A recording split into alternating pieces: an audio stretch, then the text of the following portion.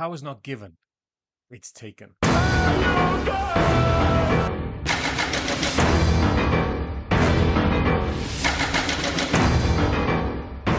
Welcome to Hey Guys Podcast. I'm Rob Liam, and this week we watched Extreme Prejudice. Walter Hill's sun-blasted, dust-choked neo-western that might genuinely be the sweatiest film ever made.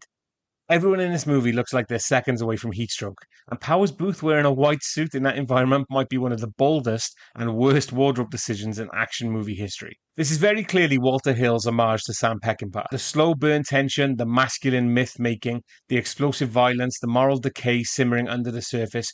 You can feel the Wild Bunch in the bones of this thing. But visually, this film is stunning. Hill shoots the desert like it's a mythic battleground, every frame carved out of a heat, haze, and grit. The cinematography is gorgeous, the atmosphere thick enough to chew, and the cast is absolutely stacked for the era. Nick Nolte grows through the film like a man made of sun-baked leather, and Booth is magnetic as a charming, venomous cartel kingpin. The supporting cast, especially the Special Forces Zombie Squad, is a who's who of 80s action faces. But the problem here is the plot.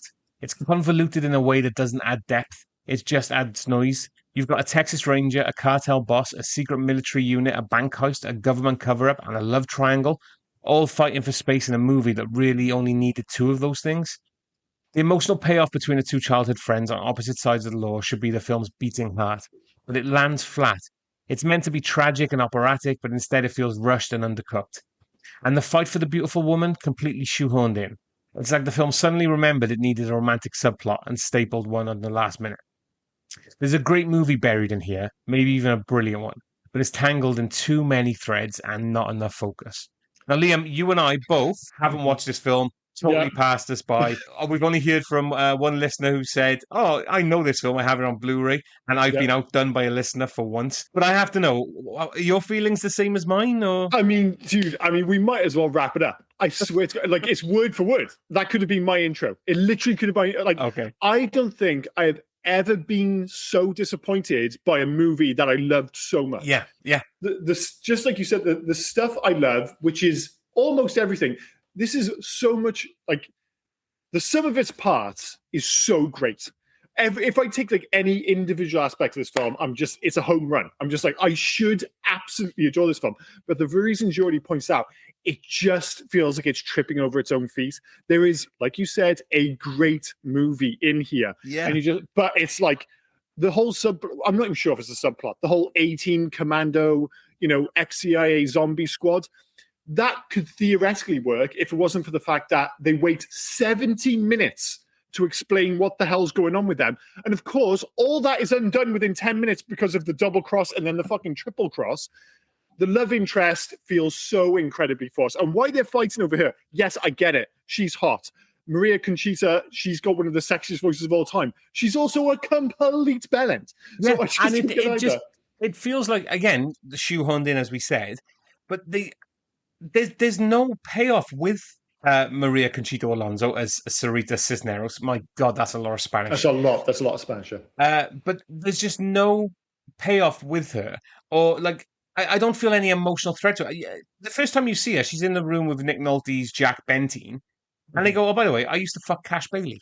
Okay. Yeah, at that point, you're supposed to be feeling for her, not him. Yeah. But like, you're there with a girlfriend. She's like, oh, wait, you met with my ex-boyfriend who's now a drug dealer and you're obviously competing with. It's like, oh, did he ask about me? Is he still into me? I'm like, dude, chill the fuck out, man. Oh, by the way, you used to be school friends who smoked weed. Yeah. And she like leaves with him. Like, as far as I can tell, unless I've missed something, she like chooses to leave with Cash. Yeah. And then she's all upset when it turns out that when she goes to like the fucking Mexican drug den, she's like, oh yeah, he's a bit of a dick. Well, no fucking shit, lady. And I'm sure Nick Nolte's not a fucking bow to lass either. But she does herself absolutely zero favors. Like you said, the core of this film should have been the relationship between Nick Nolte and Powers Booth. God, yeah. Like as I say it, I always have this doubt in my head. I'm like, that's not a real name. That can't be his name. That's his fucking name, Powers Booth. What an unbelievable name. Anyway, whenever they're on screen together, absolutely electric. One of my favorite sequences in the whole film is when they have that first meetup, and all they do is talk. And it's like, the next time we see each other, there's going to be some killing on opposite sides of the border and everything. It's insane. It's so good. It is so good. Like you said in the intro, it's like such a Sam Peckinpah throwback. This is Wild Bunch. I think one of the reasons, though, it doesn't work, and oddly, one of the reasons it's also brilliant is that it does feel like a movie caught between two worlds. And you can even see that with like the cinematography, but very much like this was initially written for John Milius was supposed to direct this back in the 70s. Yeah. And of course, you've got the Sam Peckinpah stuff, which goes back to the 60s and the Wild Bunch and all that jazz. And you can feel that connection. And of course, that's part of what makes this movie oddly unique, despite the fact that it's kind of just, full of cliche. But by moving it to the 80s and Walter Smith in particular, you get that clash of worlds between the slow burn of a Sam Peckinpah movie and an 80s action film, and it never quite gels together in the way you want. Like, it looks amazing. It looks fucking fun. And don't get me wrong, in the moment when you have like those shootouts and you've got that awesome Jerry Goldsmith score, which sounds like fucking Total Recall, and you see an Ironside there and you're just like, oh, this is awesome. It's like a Western, but just shot in the 80s. It's amazing. But the narrative, there's clearly that clash of worlds. The shootouts and stuff are so gritty as well. They feel so great. real. They're intense and they're so good. The introduction sorry to butt in quickly, but I just love nothing more than seeing proper 80s bullet wounds. Yeah. We've said it before. There's two things that the 80s unequivocally did better than any other decade. It's lightning for some reason, and it's bullet wounds. And these look like something out of fucking RoboCop. They're amazing. The introduction of the zombie squad is fantastic as well. They're all in the airport. They all just come in from wherever they've come in. Like, they're a zombie squad, but then they're not their own squads. They're doing different missions. So they've all come in from somewhere. Which just be clear, is not clear. No, it wasn't clear to me at all until like retrospectively it's clear. But in the moment I was like, are these guys all best buddies? What the fuck? So only because when they come in, they're saying, where are you coming from? Where are you coming from? So that you kind of put that together. And then you get the introduction. So this is, was it Sergeant Larry McRose? Dead. This is Major Paul Hackett. Dead. This is Sergeant Buck Atwater. Dead. All dead. And you're going, okay, with but they're extra not dead. details, body damage beyond all recognition. Like, it's the introductions of them all really good. And you're thinking, oh, this is going to be so great. What's the zombie squad doing? Are they being like, is Cash Bailey bringing them in? What's going on? I think it's going to be like a gritty A-team. And you get like the score as well coming in. And in my head, I'm like, oh, this is going to be like a Western. This is going to be like the Wild Bunch crossed with the A-team and Commando. This might be my favorite film ever.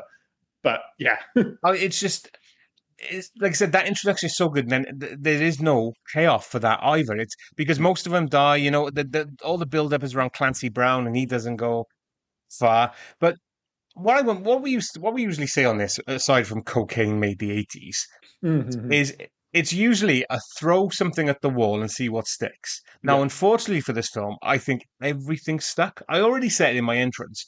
Texas Ranger, cartel boss, secret military unit, bank heist, government cover-up, love triangle. Like, they threw everything at this wall and nothing fell off. So Walter Hill went, okay, we'll just do it all. And because it's an 80s movie, we're going to keep this to 96 minutes. So it's just like things just keep happening. And it doesn't feel a mile a minute for that reason. It just feels like every scene is like underplayed. It just doesn't feel... I don't know. Like I said, it feels like everything is kind of just being smushed together to a certain extent rather than it being like rushed. And like when I'm watching the film, my biggest issue with it is that for long periods, I didn't really know what was going on or why anything that was happening really matters, except for, like you said, the relationship between Jack and Cash. But like at the end, I had to like write down some notes. Like, so just to be clear, this is your understanding of the film. So there are two high school buddies become enemies who also shared a girlfriend, face off against a backdrop of Black Ops political conspiracy, which isn't really explained for 70 minutes, and is then undone by needless confusing last minute double crosses via a poorly conceived plan that just so happens to involve half of the criminals in Mexico. So 70 minutes in, Hackett explains that they are robbing a bank in order to get Cash's money and detailed accounts and all that nonsense. But in reality, they are trying to cover up Cash working as an informant for the US government under Hackett's watch. But also, Hackett and Bailey actually used to work together until Cash stopped cutting him in, and all of this was actually unsanctioned. And this is also about Hackett covering up his own involvement in the drug trade. Now, just be clear, half of that I got, half of it kind of I realized when I read it up on Wikipedia.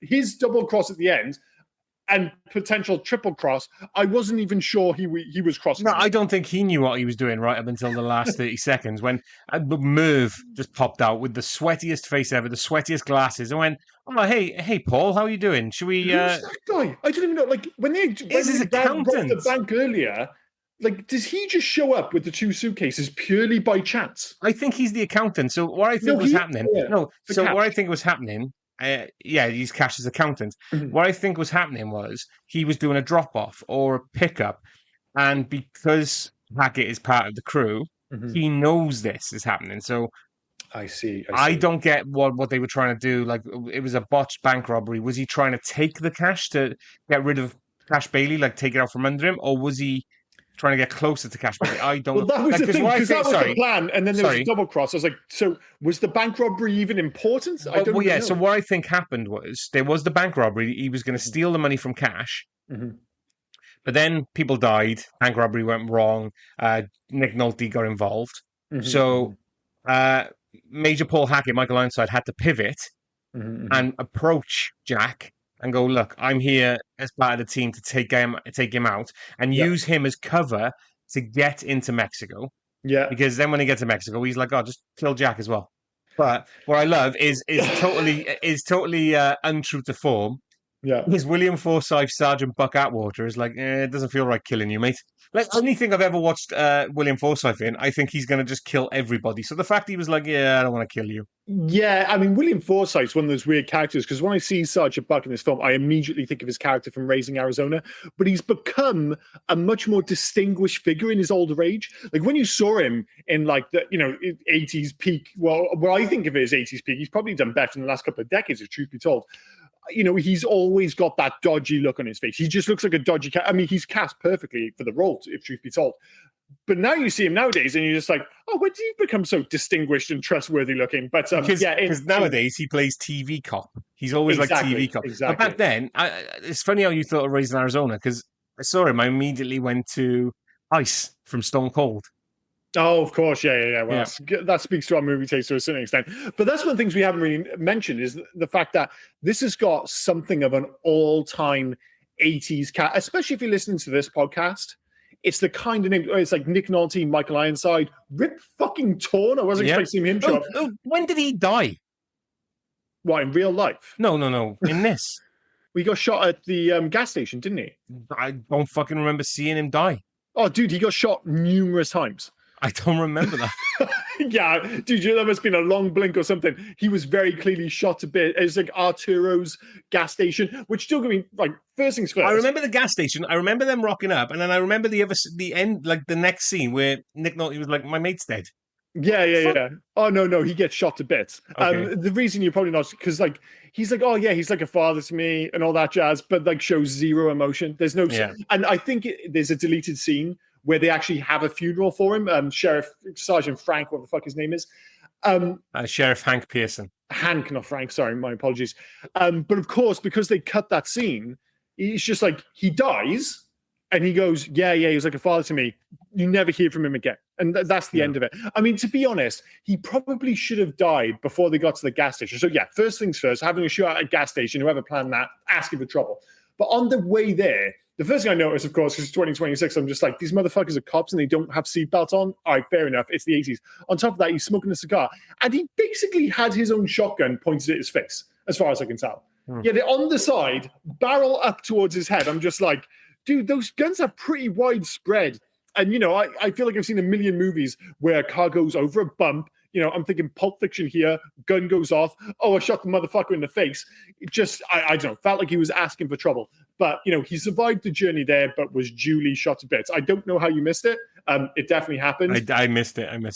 I mean, I really, that's one of, again, speaking of just elements of this film, which are fantastic, even if the kind of, it's not quite the sum of its individual parts.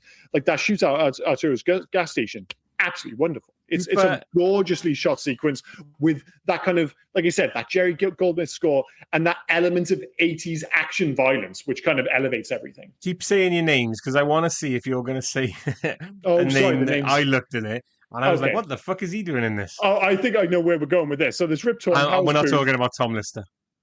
Maria Conchita Alonso, Clancy Brown, William Forsythe, Larry B. Scott, and Tiny Lister.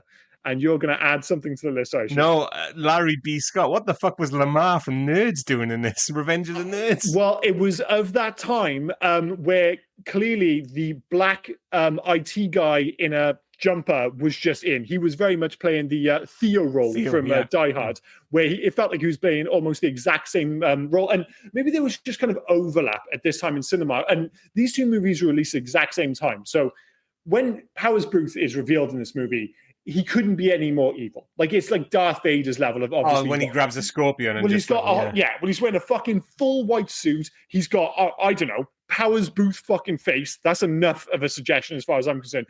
And he not only picks up and plays the scorpion, but then he crushes it. The white suit was very much the evil guy attire of 1987.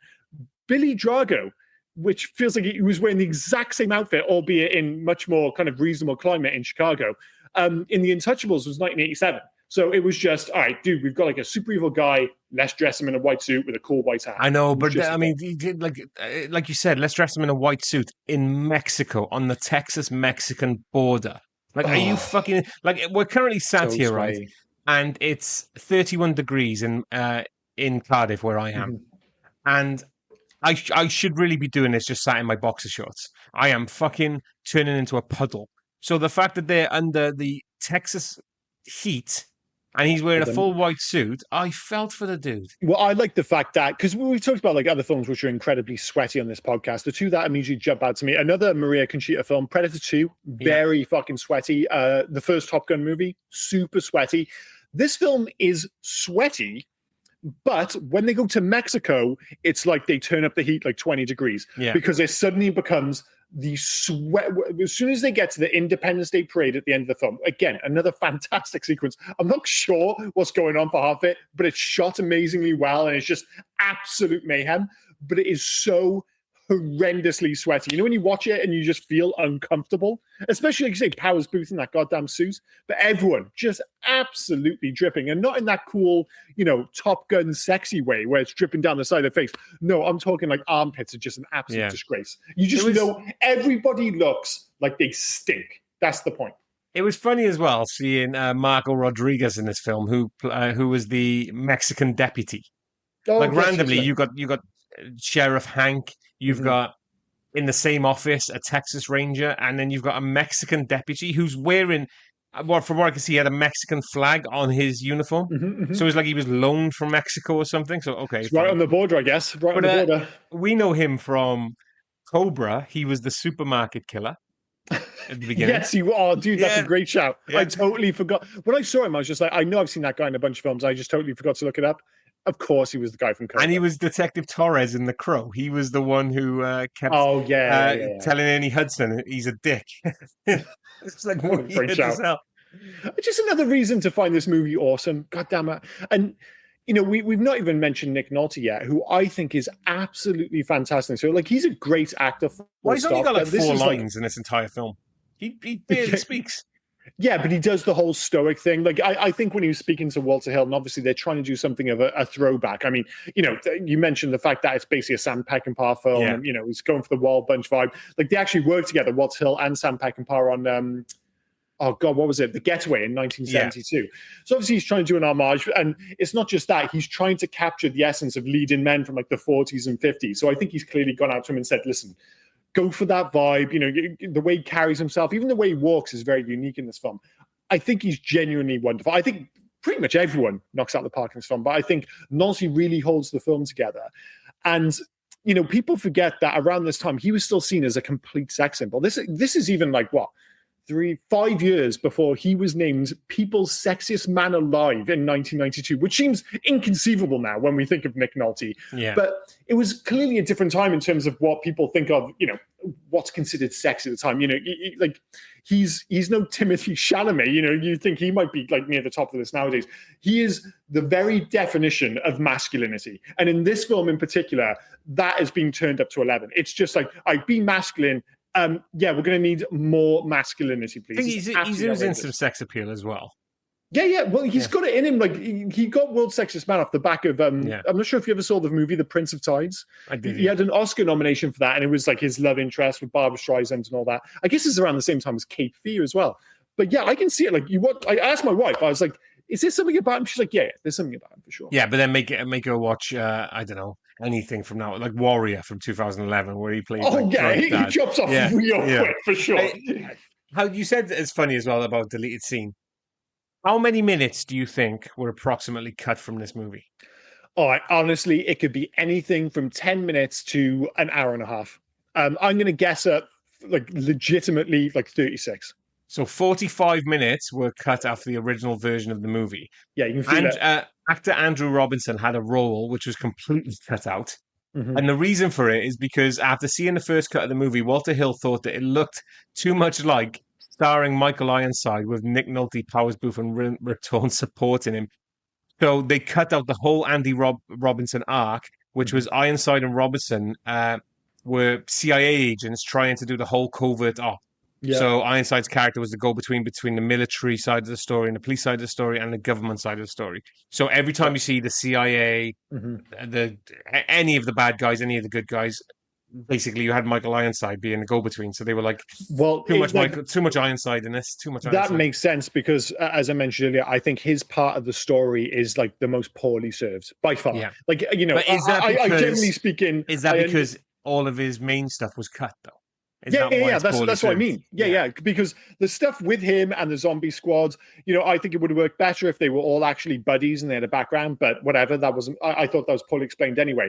But beyond that, like the motivations and actually, like I said, I don't mind the reveals at the end, the double cross, triple cross. But as I said, for 70 minutes, I felt like I was watching them do stuff and I had no idea why they were doing it. And that's all on the cutting room floor.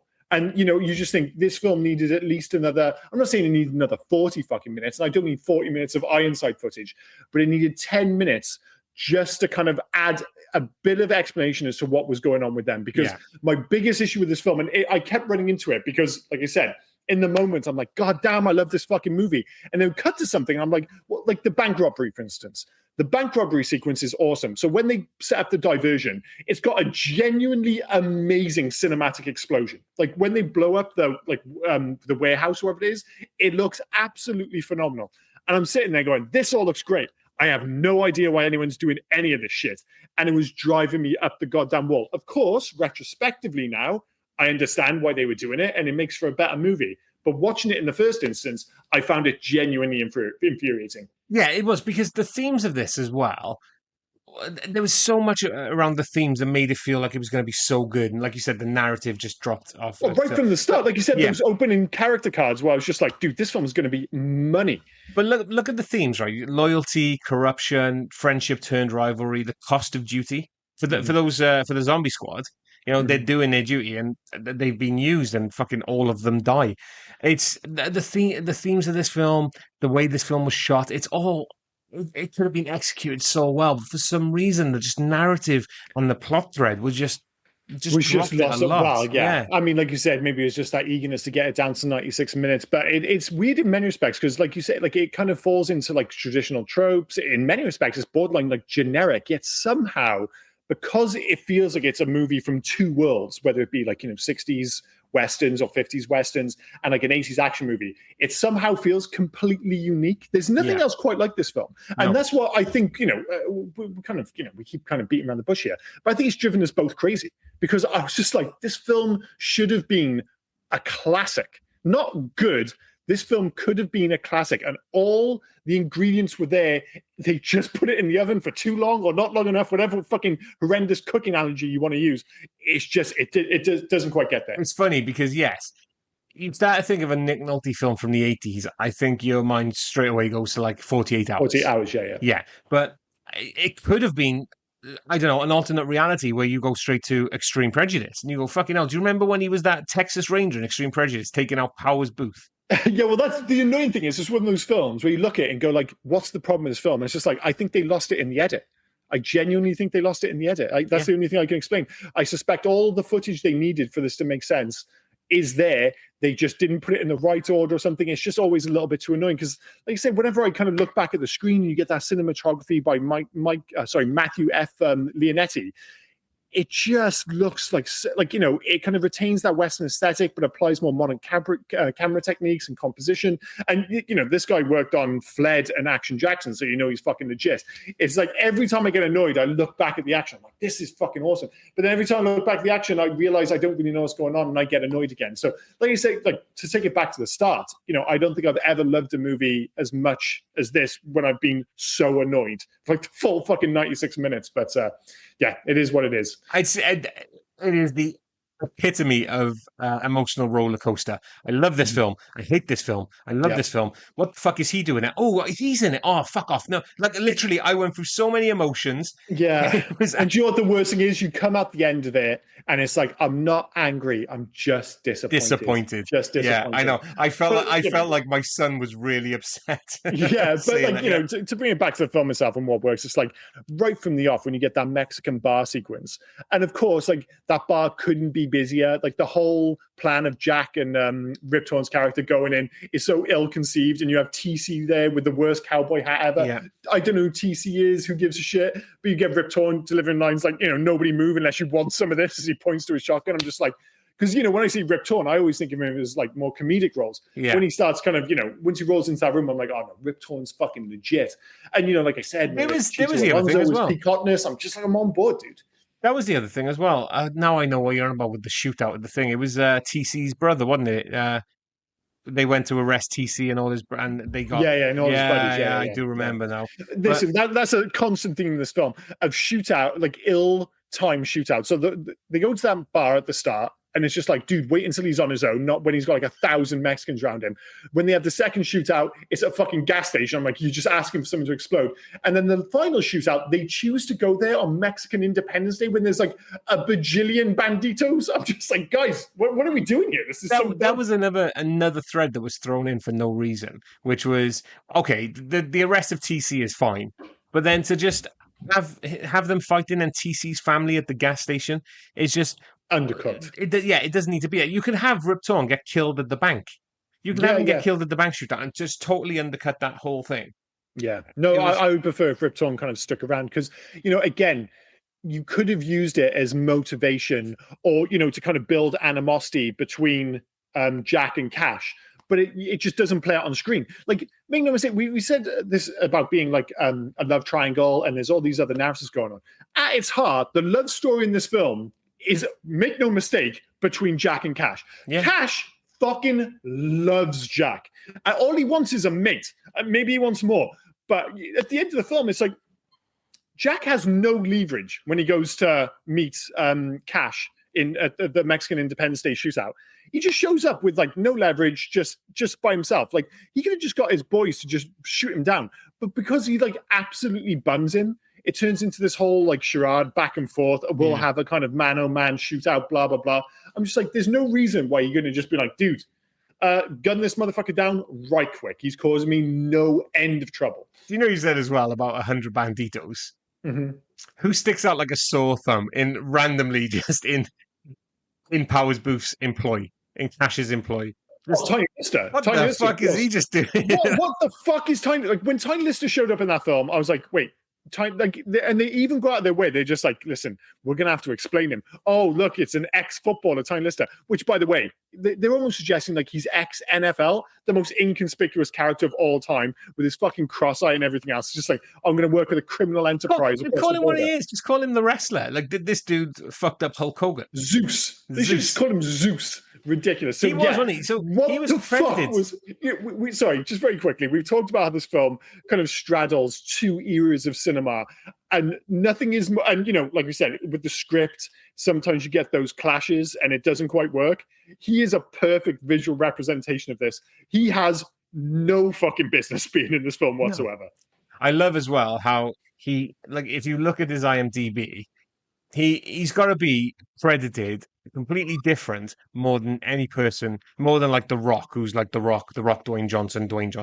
Yeah. He's either Tom Tiny Lister, Tiny Tom Lister Jr., Tom Tiny Lister Jr., Tom Lister, Tiny Lister, Tom Zeus Tiny Lister, Tom Zeus Lister. Like, fucking hell, pick a name. It just stops making any sense after a while, doesn't it? You just saying names. And Tiny Tim, Tom Thumb, what the fuck is going on? To be fair, I mean, it's like you don't need to keep changing your name.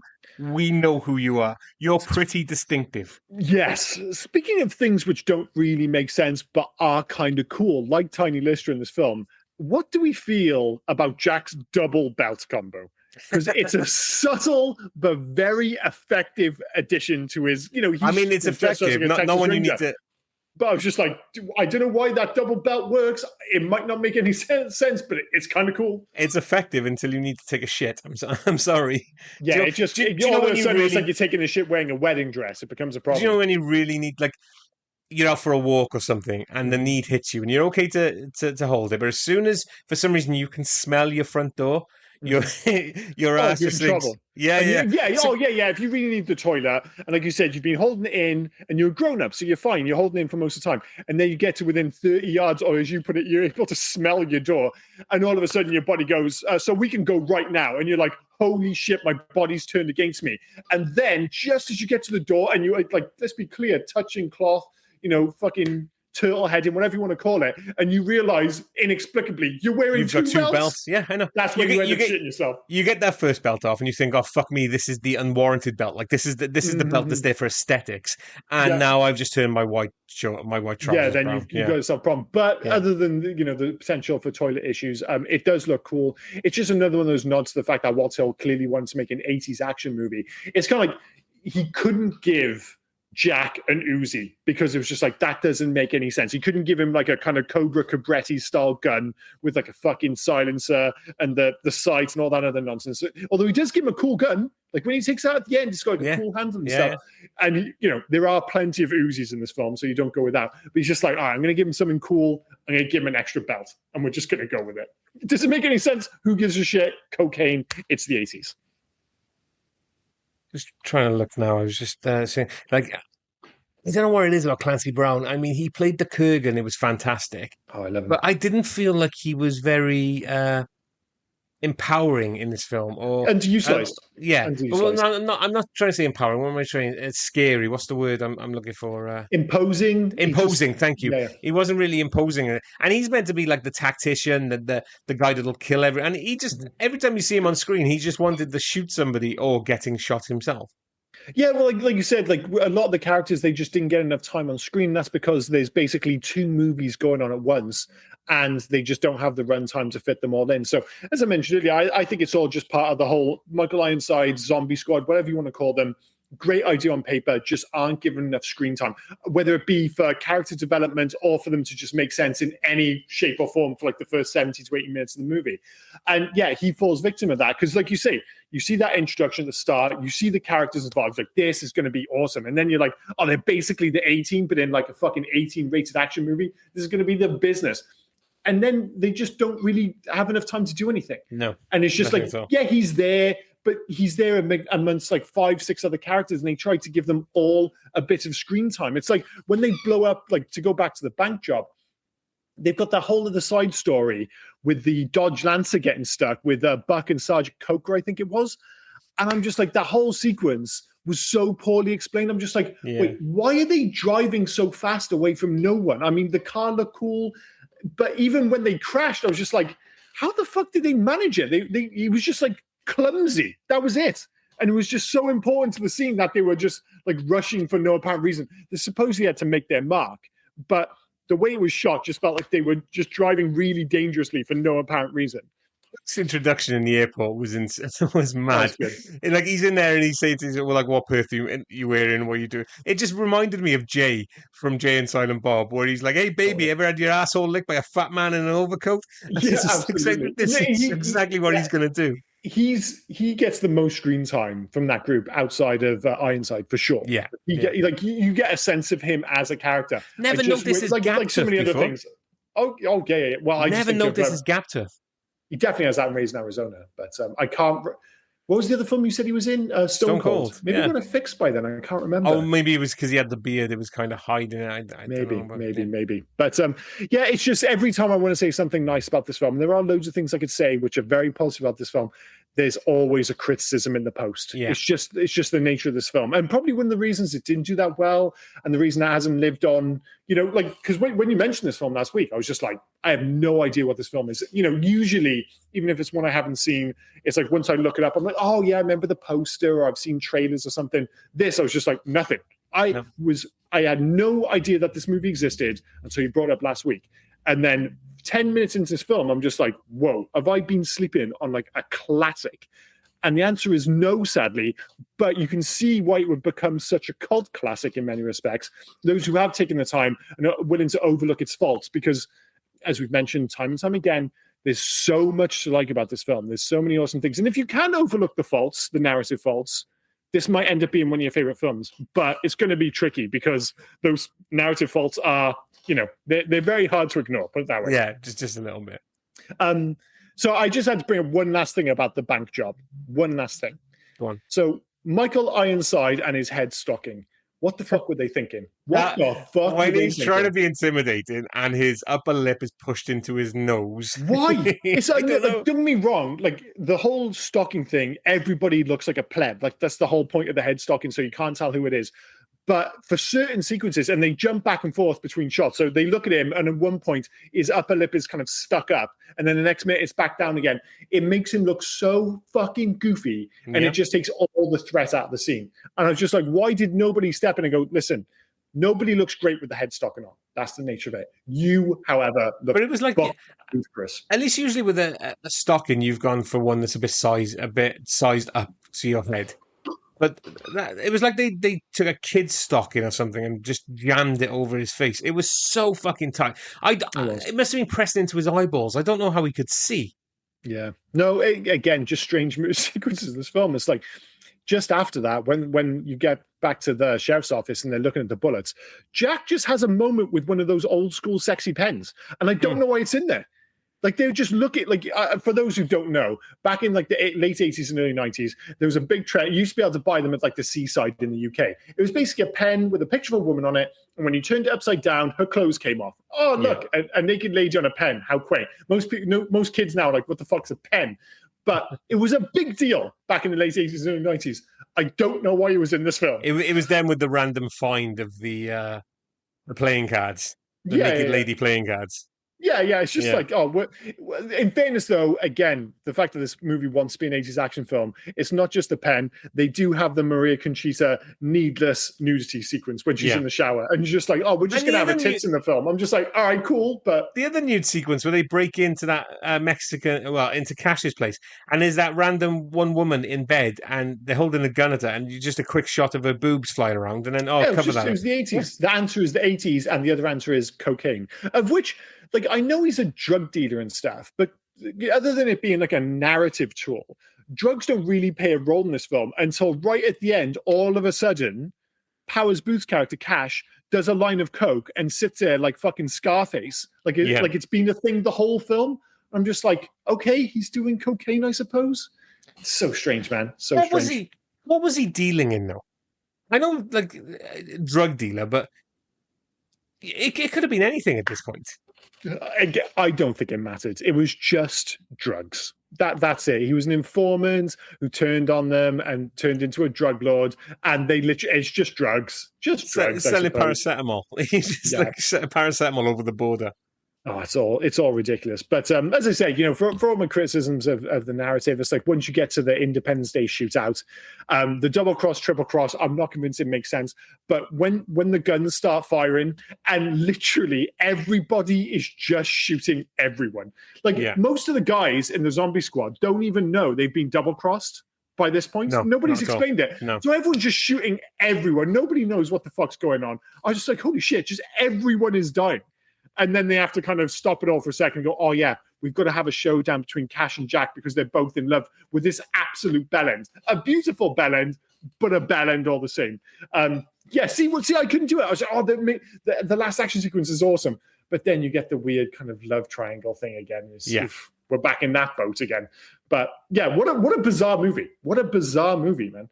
Do you know, I'm glad we did it, though. I'm glad we found it. I'm glad we watched it. So glad I watched this film. For as much as it drove me crazy in the end, this will be one of the most memorable, I won't say cinemat because I watch a movie watching experiences I've had this year. I'm going to step on, recommendations. I will be recommending this movie to people because the good does ultimately outweigh the bad. And the reason I'm annoyed just to bring it back to what we said at the start, is simply because this film could have been a masterpiece. Yeah, it could have been great. This film could have been one of my favorite films of the 80s, and it just feels like it shoots itself in the foot. Speaking of which, that guy who gets shot in the foot, Jesus Christ, there's nothing more effective than a dude getting shot in the foot. No. I think of, what's his name, from Red Hot Chili Peppers, doing it in Point Break. Anthony Kiedis. Anthony Kiedis just looks gross. Yeah. And because it's like the 80s, early 90s, just looks more aggressive. Like, you see guys getting shot in the chest, shoulders, the head. Of course, it all looks gross, but there's something about being shot in the foot, or as RoboCop taught us, being shot in the dick, which just sticks with you. Yeah. Just one of those things. Anything else you want to add before we move on to our favorite scene? No, this is a weird one because there's not really much to talk about. You've got 5 set pieces. There's loads of sweat going on. There's a couple of gunshots, and then the film's over. So, I think I'm all right. Yeah. No. It kind of like you said, and that sounds counterintuitive because we've just spent the last hour talking about how there's too many plots. But because none of it is given the time to really kind of sink in, things just keep happening. There's a couple of shootouts. The movie ends, and you're just like, wait, what the fuck just happened? It's like I said, the moment which summed up for me perfectly was Michael Ironside at the end. And I couldn't decide if it was a double cross or a triple cross at that point. No. I was like, all right, this is the kind of movie I'm in now. And I realized I didn't give a shit, but I was also having a great time because everything looked awesome. So, yeah, that sums up Extreme Prejudice for me. In terms of favorite scenes, it might be that final showdown when it goes full Peckinpah and, you have the Independence Day shootouts. But I really do think it's that initial showdown between Jack and Cash at the border when they're just talking shit to each other. And you get that, we used to be best friends in high school and all that nonsense. We kind of want to kiss, but we also want to shoot each other. Just like, yeah, this is what the film should have been, man. It's fucking awesome. It is absolutely the border standoff. Nolte and Booth facing off from across the border is pure Walter Hill energy. You get terse dialogue, simmering tension, and 2 men who knew they were heading towards a showdown neither of them really wanted. It's the closest the film gets to the emotional weight it's aiming for. It just never gets there. And we shouldn't be surprised that this movie, when it does hit, it hits really well. Because, we mentioned the fact that it's directed by Walt Hill. This is a guy who directed The Warriors, 48 Hours, Streets of Fire, which I know isn't everyone's cup of tea, but we did on this podcast. Yeah, it's fucking dope. I don't need to convince you. When I went back and we did Red Heat for the podcast, that aged better than I expected. Yeah. That's a really good film. Last Man Standing, I know you're a fan of that one. I'm a fan of that, yeah. That's definitely in the post of this podcast. But then he's also done Hard Times with Charles Bronson in 75, which I've never seen, but my dad absolutely loves. That's the fighting one, isn't it? The fighting one, yeah. Boxing one, yeah.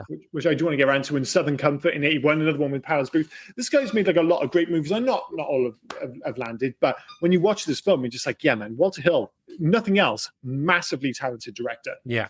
But also another reason why maybe he hasn't become quite as famous as he could have, because a lot of his films, you're like, half of it's brilliant, half of it is kind of ass. Yeah. It never can seem to stick the landing fully. There's always he's lost one wheel or something. Yeah, other than maybe 48 Hours and The Warriors, maybe. But anyway. And Rob's take? Yeah, I got one. During the final shootout, I don't know how long that shootout took, but Powers Booth's chin all of a sudden sprouts 5 o'clock shadow. It does, yeah. Out of absolutely nowhere. I assume it's because of the sweat, but yeah, he gets very fit, very furry, very quickly at the end. Yeah, it was mad because it was like, oh, we're gonna stand here forever, enough for me to just grow a beard. I mean, in fairness, he looks like the kind of dude who might be able to grow a beard within a couple of hours, but this film's still pushing that theory all the same. Yeah. Oscar season, in which we hand out 3 Oscars and 3 Razzies in categories of our choosing. So for me, the Oscar for Best Belt in a movie goes to Jack's Double Belt. We've mentioned the potential toilet issues, but for the most part, it looks awesome. The Oscar for Sexiest Voice goes to Maria Conchita Alonso. This was just the peak of her powers, wasn't it? Yeah. This, Running Man, Predator 2, which we brought up twice on this podcast now. She apparently loves a sweaty movie. It's just one of those things. The Oscar for Most Relatable Quote goes to Powers Booth and "Think I got all day to fuck around? It's after 4." When the last things he says in the film, I'm just like, you know what? I never want to fuck around after 4 p.m. I just want to be chilling. So I totally got on board. And when I'm going to sneak in, the Oscar for leads in a romantic drama goes to Nick Nolte and Powers Booth, because they are the true beating heart of this movie and the real romantic interests. I don't think they have any interest in Maria Conchita whatsoever. Do you know if we do 4 Oscars, are you going to sneak in a 5? Of course, yeah. 100%. Right, so the best use of heat as a supporting character goes to this film. Everyone is drenched, everyone is melting. That sun deserves a credit. So That sweaty. sun, the sun, not The that sun. sun. Yeah. Yeah. The Oscar for the best villain swagger goes to Powers Booth. He's charming, dangerous, and wearing a white suit like he's daring the desert to ruin it. He's such a good bad guy, man. I mean, Yeah. when I think of him now, the first film that always pops to my mind is actually Tombstone. And, Mm. he actually gets pushed to the background a little bit in that film because, again, it's another ensemble, a lot of amazing characters. But yeah, he's just a really good bad guy. And finally, the Oscar for the best ensemble of "Oh hey, it's that guy" actors. 100%. The winner is the Zombie Squad. Every face is instantly recognizable from a dozen 80s action classics. Yeah. And exactly that, where you go, oh, that guy. And then Marv would be like, oh, what's his name? I don't know. I can name 17 movies I've seen him in, Yeah. other than, of course. The Michael Ironside being in this movie confused me so much at the start because I was just like, God damn, this movie sounds like Total Recall. I was like, is it just because I'm looking at Michael Ironside? And then I looked it up and realized it was a Jerry Goldsmith score. But just couldn't help myself there. Such a wonderful cast, this film. In terms of Razzies, the Razzie for worst automotive safety goes to Rip Torn and his poorly positioned shotgun and complete lack of seatbelts. 2, the Razzie for worst girlfriend unequivocally goes to Maria Conchita Alonso as Sarita. Like you mentioned earlier, that whole did he talk about me? Did he ask about me? Like, fucking what a dick. The Razzie for poorly explained plan goes to anything involving Michael Ironside's group of clandestine zombie ex-soldiers. You've already explained it to a certain extent. There's 40 minutes on the cutting room floor. I'm sure there's a version of this film which makes sense. It's not the version that was in the cinema. No. It's not this one, no. For me, the Razzie for the most convoluted plot goes to the entire script. Too many threads, not enough payoff. Yeah. The Razzie for the weakest emotional resolution is the Nolte Booth friendship arc. It should hit hard, it barely taps you. Yeah. And the Razzie for the most shoehorned love triangle is the Ranger Cartel girlfriend dynamic. It adds nothing. It goes nowhere. It's just there. Yeah, there's even a scene when Michael Ironside meets Jack for the first time, and they just have it at the bar when Maria Conchita is singing on stage. Yeah. And I'm just like, the only reason she's there is to remind you that she's a thing. That's it. Yeah, ridiculous. Any alternative titles to this film? There's a few more than last week's. I would hope so. Then Back to the Future Part 3. Not many, though. Not many. I don't think you could improve on Extreme Prejudice, but it's a pretty good title. It's a little bit generic, dare I say, but kind of cool all the same. Okay. So... Supposedly, it's a nod to what's it called Apocalypse Now. Eliminate with Extreme Prejudice. There you go. Do you know what? There's not many. Ukraine, all precautions. No. Uruguay, limitless betrayal. It's okay. West Germany, wiped out. Mm-hmm. Turkey, judgment. Yeah. Sweden, in the name of justice. Spain, supreme prejudice. Sounds like a court drama. Yeah. That's it, really. Not many.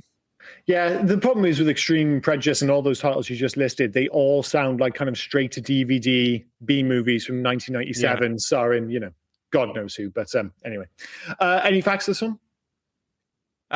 We have a few, as always. The scene in which Powers Booth picks up a scorpion, then crushes it with his bare hands, was done in one take. I'd hope so. After filming of the final shootout was done, Walter Hill was told to include more of it, so he went back and shot more footage. But in the end, he cut it down because, in his words, it got too big. This is probably why this scene has some continuity mistakes, which are often thought to be caused by cuts made on violent scenes in order to avoid an X rating, which could be why his Powers Booth all of a sudden grew a beard. Yeah. That makes sense. Nick Nolte modeled his character on Joaquin Jackson, a real Texas Ranger. Nolte spent 3 weeks in Texas with Jackson learning the day-to-day activities of a Ranger. Nolte took what he learned and incorporated it into his character, the mannerisms and dress. So I guess 2 belts came from Joaquin. Maybe. What else we got here? Nick Nolte lost more than 50 pounds to really get into his character. He's lean in this film. He's a big fella, but he's pretty lean in this film. Maria Conchita Alonso did all of her own vocals during the bar scene. Oh, that's pretty cool. Yeah, she's good. Nick Nolte later said the response to the movie was a little tougher than the success of his previous collaboration with Walter Hill, 48 Hours. I mean, no shit, Yeah, Sherlock. yeah, I was going to say 40 Hours, like, it's probably like Yeah. the third biggest movie of 1982. So it wasn't quite as popular as that. Yeah, yeah. Great fact. Sorry, that wasn't aimed at you. It was a great fact, dickhead. TriStar announced the film as their Christmas release for the year, which upset the filmmakers as they had planned to finish it by April. Oh, fair enough. Jesus Christ. Right. Classic Christmas movie. Classic. We need till April. You've got till November. No, November. It's going to be the Christmas #1. Yeah. Super Christmassy. Nothing says Christmas like sweat and plenty of it. I love this. Michael Ironside and Clancy Brown both appeared in Starship Troopers. Michael Ironside and Clancy Brown both played the villains in Highlander 1 and 2. Here we go. This is the level of facts we get. And that's when you know the movie wasn't that popular, when you get these kind of facts like 5 in. Like, if it's like when we did Back to the Future 3, you read like 4 or 5 facts and then you just have to give up because there's like a bajillion of them. Yeah. When you get to Extreme Prejudice, they are facts in the most, literal sense, but they're just things. Yeah. They're not interesting. I'm going to finish on this one, speaking of not interesting. The second of 2 times Nick Nolte plays a cop named Jack. He did so before in 48 Hours. This is the level of facts we're looking for. Yeah. Absolutely wonderful. Hug to Future, remake, sequel, Let It Die, Leave Well Alone. I'm going to say Leave Well Alone. I think a big part, I know you can make a better version of this film with the script and everything, but I don't think you can capture that lightning in the bottle in terms of the director and in particular the cast. So I would say Leave Well Alone, despite its faults. So yes, I don't want a remake or anything like that. I think it looks lovely, as I've said. Lovely. It looks lovely. But I think the storyline, the cuts, the plot all kind of let it down. So I'd be all right with letting it die. Yeah. Oh, fair enough. Yeah. Oh, see, I feel a bit more strongly about it. I would leave well alone. I think we need to let it live, put it that way. I mean, you know me, when we do these films, I'm a massive story fan. I always follow the story, not just how it looks. So, yeah. But I just like so much, like I said, the individual parts, I'd be sad if it just disappeared. Like to the point I've already said that I will be recommending this one. I'd be sad to watch it disappear, a film I found out about 6 days ago. I know, but I'm really glad I did. Like I said, for all its faults, really glad I did. Make a change. I mean, let's be clear. We could pick anything to do with the plot, but for me, it comes back to explaining what Michael Ironside's plan is, at least what the team, believe his plan is at the start, and then kind of have the double crossing. I just found that whole section visually intriguing, but narratively absolutely infuriating. So that'd be my change. Yeah. Kind of like the same, really. So my change is give the Special Forces mission more time. Yeah. The film would be dramatically stronger if the Special Forces mission wasn't treated like a side quest. Give those guys more time, more depth, and more narrative weight to let us understand their purpose, their stakes, and their dynamic. Put Nolte's Marshal right in the middle, caught between the law, the military, and his old friend turned enemy. I mean, that version of the film, it ends up being cleaner, tighter, more emotional, and for me, more satisfying. 100%. So basically what I said, but eloquent, as you put it. 100% that. And I think you've got to, much earlier in the film, connect their narrative to Cash, to Jack, so it all becomes part of a whole. And for the longest part, it just doesn't feel that. So, in terms of video games, unsurprisingly, there wasn't an Extreme Prejudice video game. And sadly, I was looking for alternatives, but the answer is Red Dead Redemption. Again, it feels like every week, like last week was Red Dead Redemption. This week, again, in terms of like a serious tone, kind of the complexity of the characters, everything else, it's basically a neo-Western version of Red Dead. For me, I went Ghost Recon Wildlands from 2017. I mean, you're going all in on Ironside and his squad there, aren't you? Yeah. I mean, cartel empire, lone lawman caught between factions, covert military operations, dust, sweat, and moral grey zones. Mm-hmm. I think I like that game too. Yeah, I like that game. I thought it was good. We'll go with your one, I think, because Red Dead was pretty lazy on my part. IMDb, so is where we pick a random 10-star and 1-star review. But before we do that, I try and guess how many written reviews there are for this film. There can't be that many, can there? I'm not going to be surprised by this. I think there might be more than you think, but not a whole lot. I'm going to go 132. Oh, okay, 74. Oh, okay, fair enough. Yeah, I thought you were thinking around about the 40s. I was going to go less than 100 until you said that. I was like, I've gone too low, but it's fine. It's fine. How many tens? So how many you say? 74? 74, yeah. 74. How many tens of 74? I don't know. I reckon there's going to be a few, like 17? 9. 9, no, fair enough. Right, so this one was written in July 2022, titled The First Draw of the Wild Bunch Remake, Still in Waiting. Oh, this starts off rough. Wally Hill was already guilty of long riders. Speaking of his Sam Peckinpah's DNA, not only about the topic, but also directing and the famous slow motion gunfights and meat chopper scenes. The missing link between the master and the student, because Hill worked with Peckinpah on a couple of films, including The Getaway, about which there is a heist detail, used in Getaway and also here. During the bank heist, they were the robbers make explode a car or a truck as a kind of derivation trick to attract police cars where they want them to be during the actual heist. Here it is more than ever a true tribute to the Wild Bunch, and also a scheme that should be used so far in 2022. For the Wild Bunch remake that should take place on the US-Mexican border and involving CIA Black Ops, mercenaries pulling a heist against the gigantic, powerful cartel, which contaminate the USA. Let's cross our fingers for this remake, already postponed so many times. The day of its release will be the greatest day of my life, more than if I won the €1,000,000 sweepstake. So back to this true gem. Yes, it's exciting. Wowzers, man! The worst thing about that is I suspect he spent a lot of time on that review. Oh, that I found that infuriating. Everything about it. The only thing I liked was at the end. I thought there was going to be a lot more, and it's like, it's exciting. It's like, okay, thank God he wrapped that up. In terms of 1-star reviews, I think it's going to be low, man. I think there's going to be a lot of like 6 or 7s, or maybe even 8s for this film, because people will note the issues which we've already outlined ad infinitum. But I'm going to go with like 3. Ooh, close. 0. Honestly, I thought it might be 0, but I was like, some people are going to watch it and just not get on with it. But I think that's totally fair enough. Like, it would be hard to watch this movie and not take something from it. Like, it might infuriate some people. Some people might be very, very disappointed. But to come away and be like, there's nothing to like about this film would be genuinely insane. So I'm almost glad that it's got 0. And we don't get many 0s for not many as well. Anyway, so no reviews to read, which leads us to our own scores and recommendations. For me, it's a 3 and a yes. For the reasons I've already mentioned, the positives outweigh the negatives. The good stuff is genuinely brilliant. And while the bad stuff is infuriating, it was still a super fun watch. And even though, bizarrely, the fact that it's only 96 minutes long is a massive problem for the film, it also makes it incredibly watchable because it's over before you know it. So, it's a 3 and a pretty strong yes, actually, a surprisingly strong yes for me. It is definitely a 3. Could be a 2.5, but it's a 3. But I don't know. I think the narrative structure lets it down quite a lot.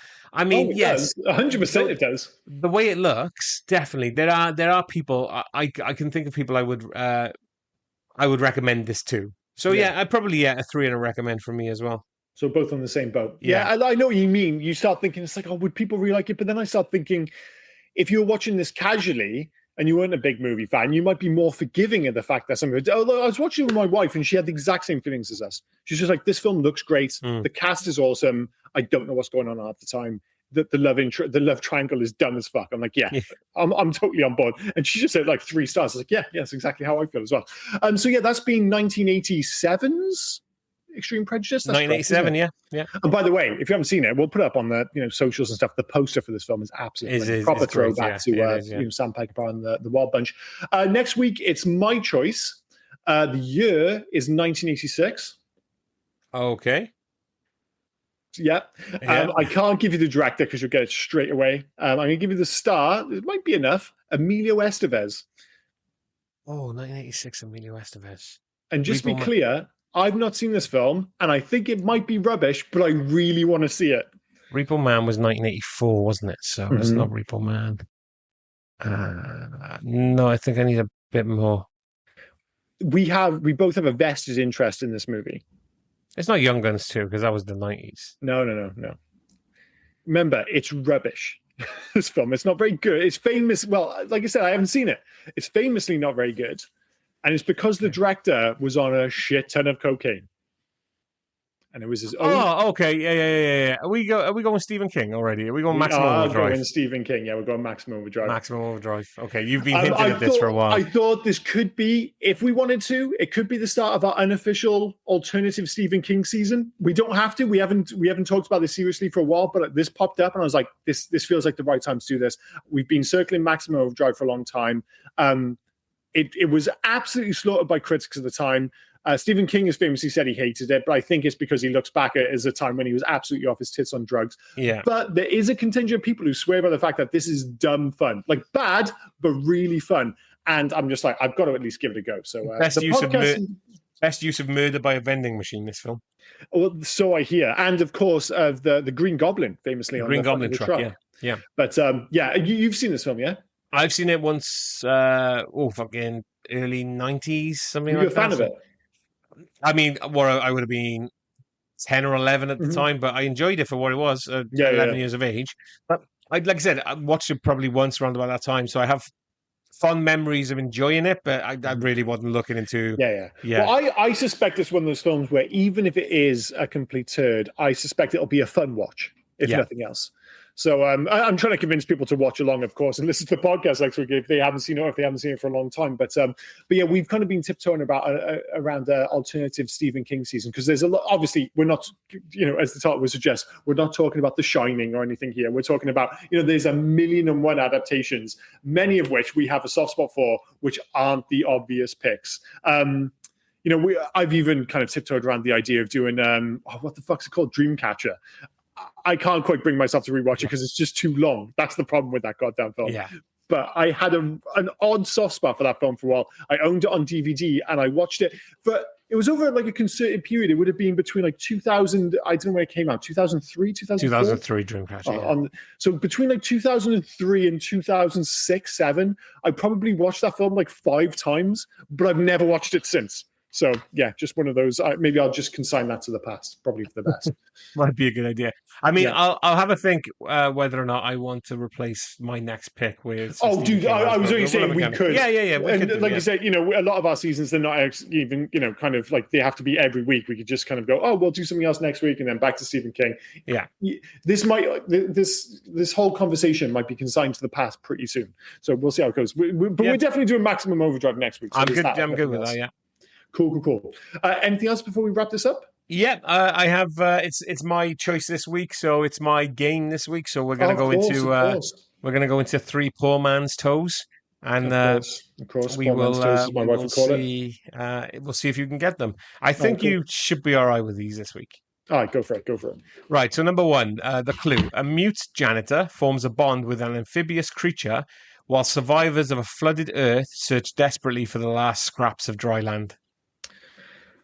Okay, Waterworld and what the hell was the film called? The Guillermo del Toro one, isn't it? Yeah. The Way of the Waterworld? Way of Waterworld? The Way of Waterworld. The Shape of Waterworld. The Shape of Waterworld. The Way of Waterworld. Jesus Christ, The Shape of Waterworld. I saw that film in the cinema as well. That's a weird film. Everyone, I'm pretty sure that did like really well at the Oscars as well. And everyone loved it, and then everyone just forgot about it. It feels like one of those films everyone just went, that was good. I'm never watching that again. No. The Shape of Waterworld. All right, fair enough. Half a point. Number 2, a relentless hitman hunts stolen money across Texas, whilst the secret government agency battles extraterrestrial threats hidden in plain sight. Okay, so Men in Black and... A relentless hitman hunts stolen money across Texas. That's not the Coen Brothers film, is it? Could be. Oh, God. Of course it is. Wait, I can see the poster. Why can't I think of the... I'm confusing myself with the titles now. Something Men in Black. Jesus Christ, people will be listening to this going, you absolute idiot, because it's all the more annoying that I know what it is. And it's one of my favorite Coen Brothers films. Oh, put me out of my misery. Jesus Christ. No Country for Old Men in Black. Oh my God, I overcomplicated that. Yeah. How could I not remember No Country for Old Men? No Country for Old Men, yeah. You said one of your favorite Coen Brothers films. I know. It's the pressure, man. Gets you in the moment. Yeah, right. So a troubled Vietnam veteran wages a one-man war against a small-town law enforcement, whilst a mercenary and a fisherman risk everything to recover a priceless gem in a war-torn nation. First Blood Diamond? Yeah, First Blood Diamond. Oh, at least I got that back. I cannot believe I couldn't remember the name of No Country for Old Men. It's just one of those. I guess I'm in my mid-40s and I just have these like unbelievable brain farts now where I'm just like, oh, I've seen that film like 15 times. I just can't remember the name of it all of a sudden. No. It's quizzes. What do they do to us? Ridiculous. Good ones this week. Yeah, I thought they were good. Am I, The First am I Blood's going to on get with me too.